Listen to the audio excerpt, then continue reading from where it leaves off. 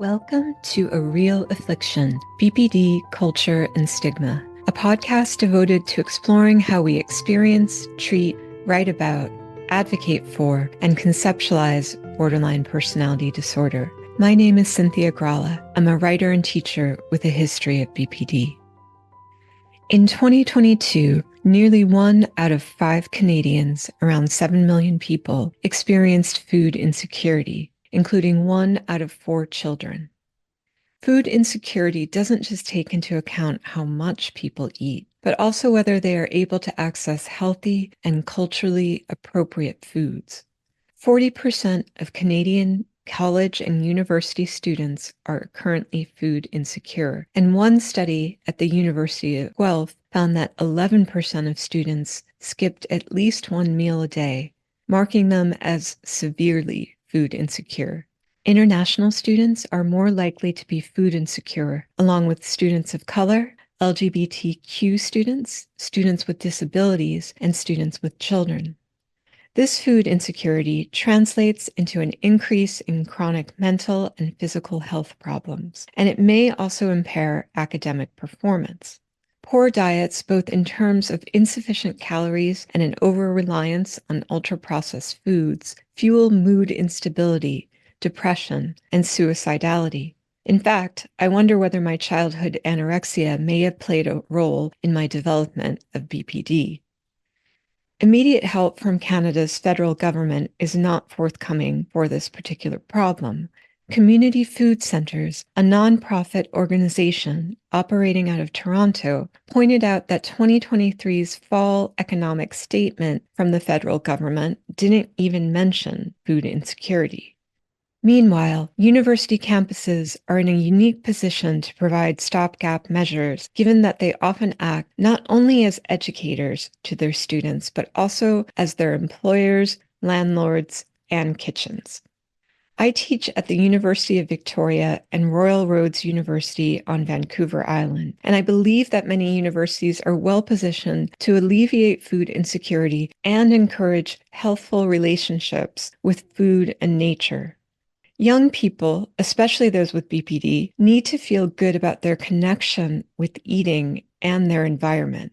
Even without economic hardships that constrain their grocery shopping, many people with BPD have a fraught relationship with food. Eating disorders, including anorexia, bulimia, and binge eating, are frequent comorbidities, with estimates ranging from 6 to 26% of people with BPD qualifying for both diagnoses. One 2023 study found that 45% of patients being treated for eating disorders as outpatients also met the criteria for BPD. Students drove the push to establish campus food resources over the past 30 years, and now every Canadian university has a food bank. But what else can be done to shore up well-being in relation to food and nutrition? In this interview, I'll be speaking with Solara Goldwynn, who is currently working on the Giving Garden, a food growing initiative at Royal Roads University that is dedicated to sustainability and partnership with local Indigenous communities. Solara sees the Giving Garden as an opportunity to foster community and learn about traditional ecological knowledge from First Nations stakeholders. She also owns a business that designs edible landscapes for clients. We'll talk about food security, but we'll also celebrate how gardening can promote creativity, curiosity, peace of mind, and resilience. This interview convinced me that one major way universities can support student, faculty, staff, and community mental health is by earmarking some of their abundant land for a small farm or other food growing initiative. It also filled me with wonder for nature and its possibilities. I hope you'll feel the same. So first, I just want to start off by asking you about the project that you're currently involved in there. What is the Giving Garden project and what inspired it? Okay, yeah, great question. The Giving Garden is a 3,000 square foot row crop garden, and it's on Royal Roads property within the walled garden area. So if you've been out to the campus, it's kind of an area that's a little bit enclosed. It's not really open access. And there were 3 large lawns. And when I first came on with the university, they were talking about food growing and wanting to grow food. And we started that process. And the first part of the project, which is called the farm at Royal Roads, is the Giving Garden. Nice. For anyone who is ever on Vancouver Island, Royal Roads is just a stunning campus. And Hatley Castle, people might be familiar with from movies like X2 or Deadpool 2. And then next to that, there are these extensive gardens that I just love walking through. I don't know much about gardening. I have a condo. I have a sun porch with some plants, so that's what I'm limited to. But I'm really interested in it, especially as a writer. It seems like so many writers have been avid gardeners. And I also love the naturalist writer, Diane Ackerman. And she wrote, "I plan my garden as I wish I could plan my life, with islands of surprise, color, and scent," which I thought was beautiful. It's beautiful. Mm-hmm. I know this is a little different because you're not plotting so much for appearance, I imagine. How did you and others begin planning this garden?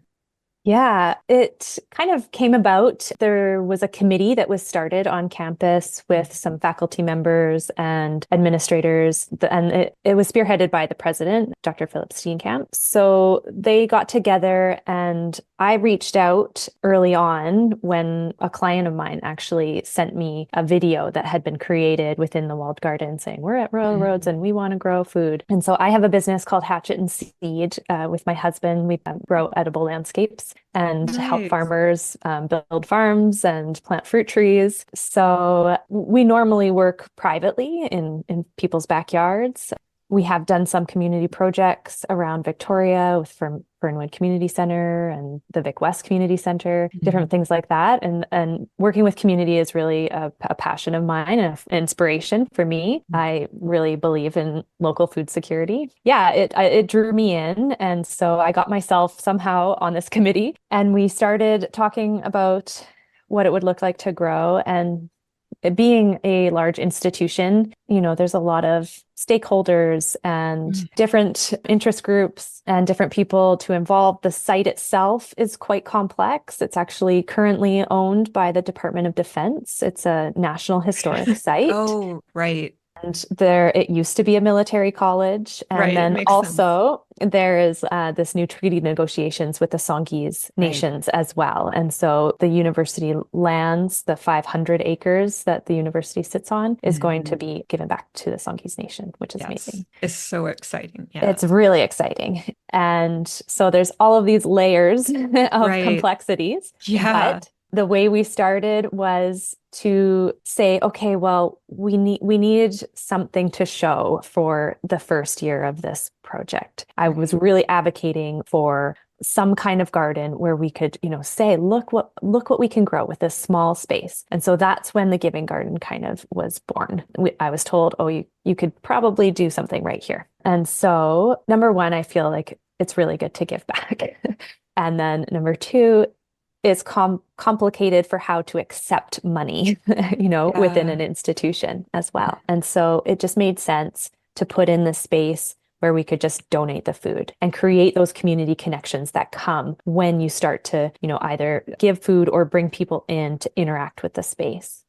I agree with that a lot. And before I go further, kind of asking about how you're working with the Indigenous community, I just wanted to ask you, you said you design edible landscapes, which is such a great term. I love it. So does that mean that you do take care to make sure that you're producing gardens that will produce food, but also blend into the natural landscape, or also are pleasing to the eye? Definitely. Yeah.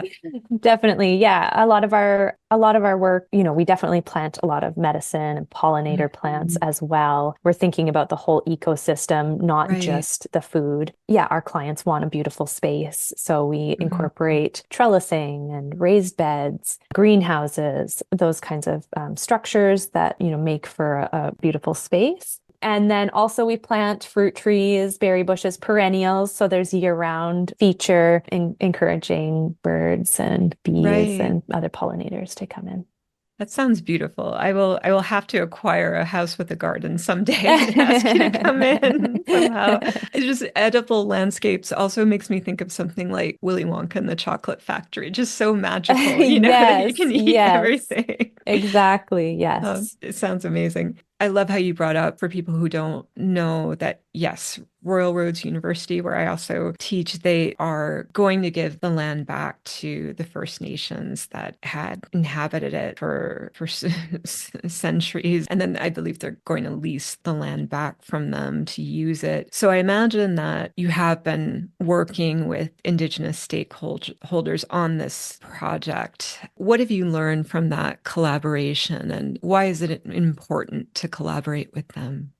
Well, number one, it's their land. Yeah, So it's yeah, definitely important to collaborate with definitely. them because of that. Hmm. And yeah, we're working closely with an elder ethnoecologist. His name is Ken Elliott, and he's an incredible plant knowledge holder. And he has been working with the university for many years. He does walks in Charlie's Trail, if you've ever gone into that area where there's old Yes. growth and culturally modified trees. And it's just, it's such a special place. He knows every plant and all the uses. So Mhm. he's been, a really important part to the farm project. And we're adjacent to the Giving Garden is an Indigenous medicine garden. And so we've Mhm. just recently installed that with Ken as our guide. And it's looking really beautiful. There's a rain garden and there's going to be some different bulb meadows and trees, and it's going to be stunning. And so we are also working under the guidance of what's called the Heron People's Circle. And so they're a group of elders and old ones who work with the university and consult with them. And so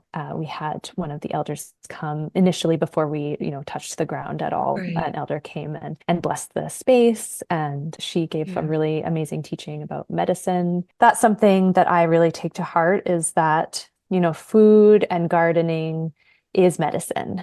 And what you're growing, it can be part of yourself, and how food and culture goes hand in hand. And that's Yeah. something that I just love about gardening is, you can look out in the Mhm. landscape and just see you see the plants, but then each plant tells a story, and those stories are connected to people, and those people are all across the world. And so Yeah. we are incorporating Indigenous pollinator plants. And so within the Giving Garden, there's these beautiful rows of indigenous plants, and they're just filled with pollinators in the summer. It's just incredible. Just you couldn't even count them all.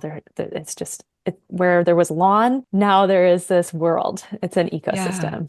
That's so beautiful. We were talking before we started the official interview about the connection between food security and mental health, and just, nourishing food and mental health. And so it's interesting, the connection of medicinal plants. And also it seems like there's a level of healing going on just by Hmm. working with people who have this traditional ecological knowledge, and who have been on this land for so long. And I do have to ask, what's a rain garden? A rain garden is a depression in the landscape that acts Mhm. as ephemeral pond. And so in the wintertime, Right. when it's pouring rain, it's an area for all the water on your landscape to kind of go into. And sometimes they Right. exist naturally in the landscape. Like if you're going for a walk in the woods and you see a depression, and in the wintertime, it's filled with water, and in the summer, it's totally dry. And Mhm. so those areas can be planted with certain things like wetland plants that, Right. want that water. And it Yeah. also helps to clean the water as it's going across the landscape. Those plants filter and create all kinds of life and biodiversity as well. You'll have frogs coming in and different birds and stuff like that because of that. This garden will produce food for the community, like you said. Since I never have gardened, I hadn't really thought about how much they can produce in terms of food, and thereby kind of lessen certain economic burdens. But last year I was reading a book by the philosopher Jan Sawicki, who used to teach at UVic. And she talks in one of her essays about retiring early from a job that was well paid. And she said, I wasn't sure if I could make it just with writing and giving talks, but I could. But the one thing is I had to get serious about growing my own food. And I never really thought that it could make such an impact, if for people who don't have a whole farm. I wanted to ask you first, what exactly do you grow in terms of food? And for people who are in this climate, the Vancouver Island climate, or more broadly, the Pacific Northwest, what grows well here, and how much can you produce as just a household versus what you're doing? Yeah, well, I would say the Giving Garden is a good example of a small plot garden. Our backyard garden here at my house in Vic West is actually a little bit bigger. Right. What did I say? 3,000 square feet. And the Yeah. first year it was less. It was 6 rows, and they were 50 feet long and 3 feet wide. And we grew 1,000 pounds of produce in that Wow. garden that was all donated. And then That's and last amazing. year, our second year, we expanded by a few rows and we grew over 2,000 pounds of produce. So That's it is a amazing. lot, Yeah. and if you Wow. think of a smaller, perhaps a community garden plot or a backyard, you can grow a lot of food. And I would say that you could Yeah. grow most of your fresh food, fresh vegetables within that Mhm. space. And yeah, I've been doing some research on something called dakas. They're in Russia. And Mhm. so over the past few hundred years, there have been these plots where people, from the city go, and it's their Right. summer home, summer homes. Yeah, you hear about them And in Tolstoy and different yes, Russian novels. exactly, Yeah. exactly. Oh my gosh, yes. Or if you've read the wild books, The Ringing Cedars of Russia. Oh, I don't know those, but I'll check them Yeah. out. And yes, so Russian produces most of their own fresh fruit in these spaces. And so like a family will produce a lot of their own food, fresh food that they can and bring back to the city. One stat I read was like 80% of potatoes grown in Russia in the early 2000s was produced within these DACA plots. And so Wow. in small space, you can grow a Right. lot of food. That's really inspiring. And I've seen even in the Victoria Core where I live, people who do have gardens, some will sell their extra produce, but some people will just give it away and just feed it Yeah. back. They literally feed the community. What kinds of foods do you grow in the Giving Garden? Yeah, so we grow winter squash and summer squash, so zucchinis. We grow beans, and I grow a type of perennial kale there, so it just keeps growing. It's going into its third season now, and it's Oh, incredibly wow. gorgeous. Some of it is white and green stripes, and some of it's pink and green stripe, Wow. purple, and all Yeah. different kinds. Beautiful. And then we grow some potatoes. There's one variety that we're going to be growing a lot more this year. It's called Ozette potatoes. And it Mhm. is a potato that did not go to Europe. It came up from South America with the Spanish and Nice. was grown with the Makah Nation in Washington State. Been growing there for the past few hundred years. And so Mm. it's actually kind of an indigenized Right. potato. And it's an amazing potato plant. It, is a long keeper, long storage variety. It doesn't really get susceptible to scab or anything like that. So Right. it's a really good one.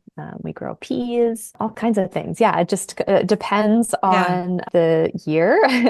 And it Right. also depends on our community partners. And so that's something that we're Right. working with. So one of our community partners, EA Creative, they're a local food justice Mhm. coalition organization. First year we started, they had a free food box program. So they got some funding to provide a free box, and then they brought in vegetables from local farmers. And so we provided collard greens to these Mhm. folks. And the food was going to new immigrants and mostly folks from the African diaspora. Mhm. And so collard greens is a really important culturally Right. relevant crop. Yeah. So we grew that. And this past year, we grew callaloo, which is an amaranth variety.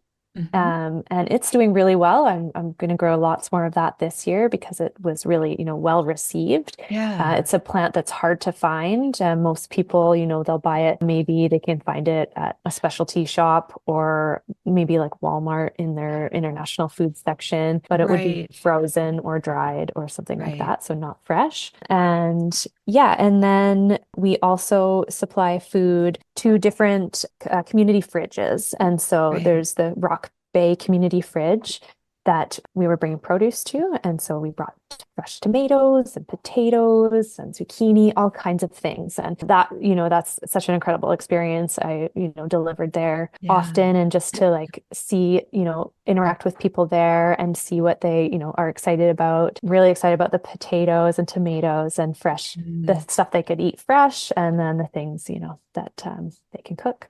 After that first year, and going to the community fridge, I worked with a few other folks on campus, and we created a community fridge on campus as well. So we're Wonderful. bringing some of that produce from the Giving Garden to that space. And I think you touched on something important in terms of food security too, which is that it's not just about having enough access to high quality food, it's having access to culturally relevant food. And so, like you said, being able to give collard greens to people for whom that's an important cultural touchstone.